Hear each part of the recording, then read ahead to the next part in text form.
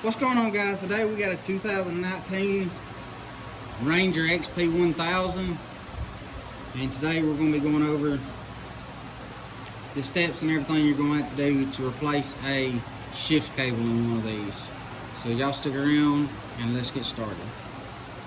Okay guys, if yours has a windshield on it, most of these windshields are going to connect down here at the bottom where these pop pins are at, or plastic rivets is what I call them.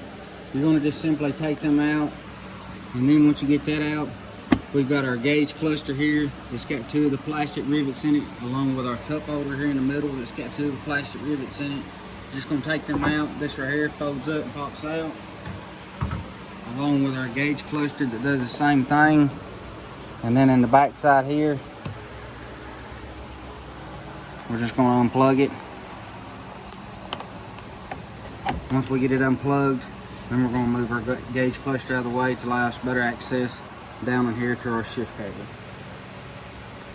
Once you've got these two things removed, this is going to allow you access to where you can get in here and work. It's going to be a little tight, but it allows you to get in here and work.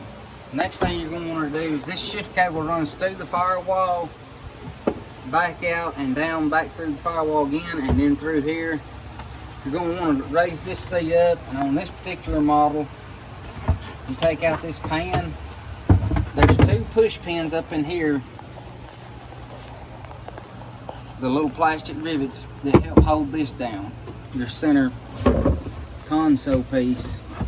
You've got three rivets on each side. You take them loose along with the two that are up underneath there that are hidden. This pulls out. Right here's the two that are hidden. You've got one here and one here, as well as you'll have one on top each side and then three down each. And this is our shift cable, and it goes all the way to the back to the transmission. Okay, so as you can see, we've got everything out of the way. Now once you go down through where your cup holder was at, you can see right in there is where it hooks to the bracket that holds the shift cable in behind the dash. Now what you're going to need here is either a short wrench. This one is a 19mm, either a stubby wrench, or we were able to get a crow's foot in there with an extension to get a hold of it. A wrench or either a crow's foot will work. And we will have all the parts and tools listed down in the description below, so you don't have to hunt up any of this stuff if you're doing a job like this, along with some new swag we're starting to offer. So we've got this broke loose, and now we're going to slip it out and try to feed it out through the firewall.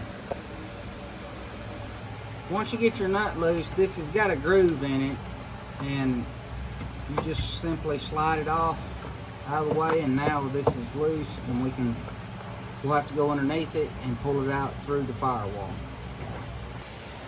Once you get your cable loose from up here and everything, you can come down here. Now this is the way I do some of these. Everybody's got their own preference. This is the way we're going to attempt to do this one to see how it works. Sometimes this works very well and easy, and we're just going to see how it works for this one. But as you can see, I've cut the cable in half. We've got the piece that goes up here to the dash taped to the old one, and we're gonna, as we're pulling the old one out, and it's best if you're doing this with two people. You can do it one person, it's just a little more aggravating, but we're going to be pulling the old one out and feeding this one through. And what you're doing is as you're pulling it out, it's dragging the new one through, put it in place, so it's a lot less aggravating of, you know, trying to get it go exactly where it's supposed to go. It's got a guider.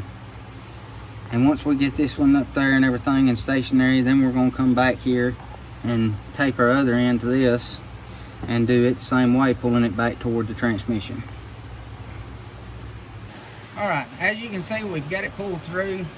Now what you're going to run into that we can't video because it's down in here and we can barely see it. But down in here against your firewall, right there, is a rubber boot that your wiring is going to go through. And on the top side of that rubber boot is a groove, and right there you can just barely see that. Right there is your shift cable. And what you're going to have to do is pull that boot loose. It does have a little push pin in it, not like a rivet piece. It's just one of them ones that push in and hold.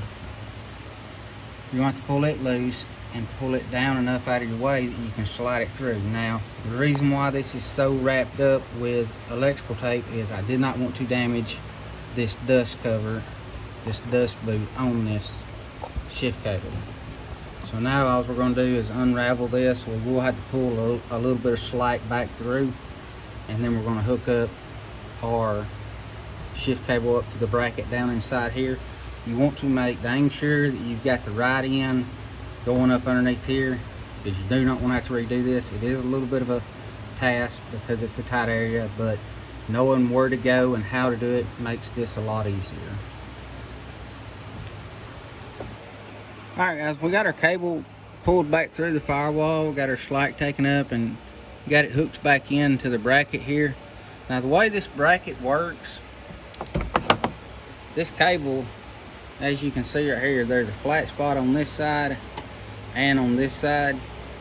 That's got to go in there like that, and then you got this washer, and that bracket goes in between these two washers, and then you just tighten this down, and that's what holds this in place. You're going to tighten this down tight all the way because your adjustment's on the transmission side, and that's what holds this in place here. Without lining up these two flat spots on this, it's not going to go inside the bracket. And like I said, this is something that we can't really record when we're doing it because it's in such a tight area. This is our old one here, so you want to make sure you got your two flat spots lined up to make it slide in right. Okay, so we got our shift cable nut and everything tightened down. Next thing we're going to do is hook it up to the shifter, and they give us, you know, this piece here. It's got like a carriage bolt in on it. It goes onto the shifter, and then this piece right here slides through the shift cable, and it's got a nut and washer and then the lock for it.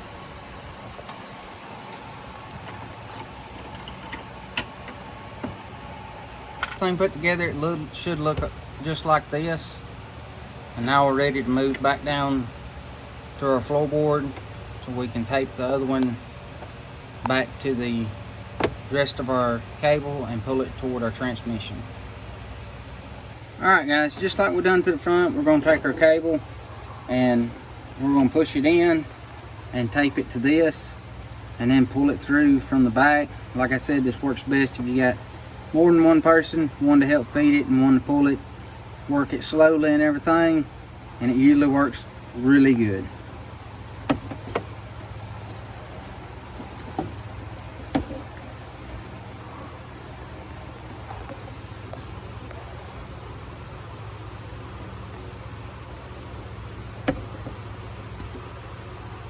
Okay, so we got our cable connected to our other one. We got it taped to it.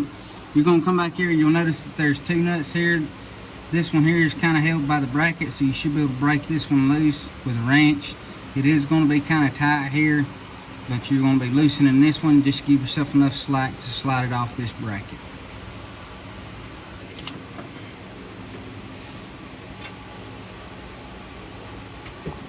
Alright, we got it through.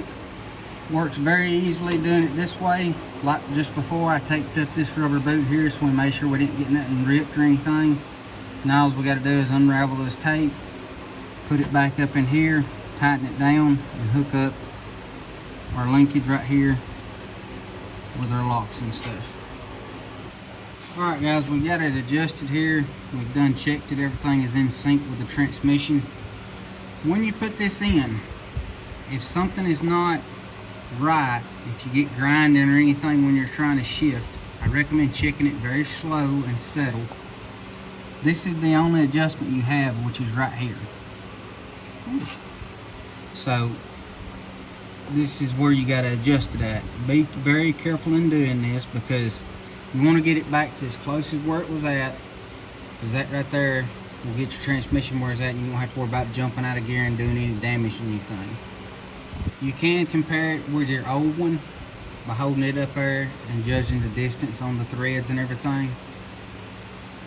That's a good idea to do, but going back and checking it and everything before you go out and doing any serious riding or anything on your machine is a great idea to make sure you don't mess anything up.